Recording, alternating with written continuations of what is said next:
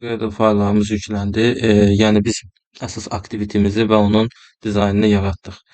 İndi biz nə edək?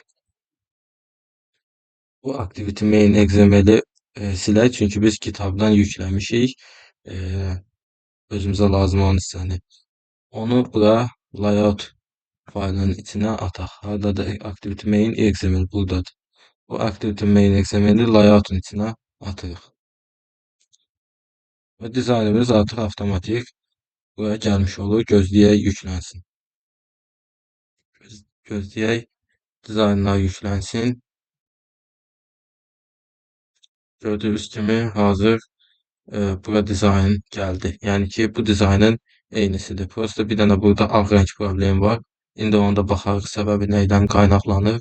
Onu da həll eləmiş olarıq. Bu background design adlı faylı tapmayıb. Graveable-da hansısa faylı biz yükləməmişik. Background design faylını atmamışıq. Onu tapmayıb deyə orada rəng problemi yaranıb. Bu faylı atmamışıq. Gözümüzdən yayılıb. Bunu da ataq. O problem də aradan qalxmış olsun. Refactor rename deyib.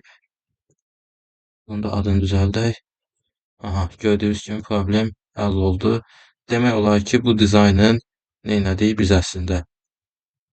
Eynisini yaratmış olduq. Yəni Windows'un kalkulyator dizaynının. Dizayn hissəsi hazırdır.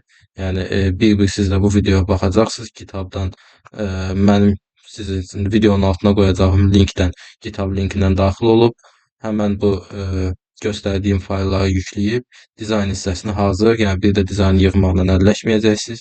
Hazır yerləşdirəcəksiniz. Ondan sonra gələcək burada kodları artıq özümüz hissə-hissə yazacağıq ki, bir kalkulyator application'ın işləməsi üçün məntiqən təməldə hansı prinsiplər işləməlidir. Sağ olun. Növbəti dərsimizdə görüşərik.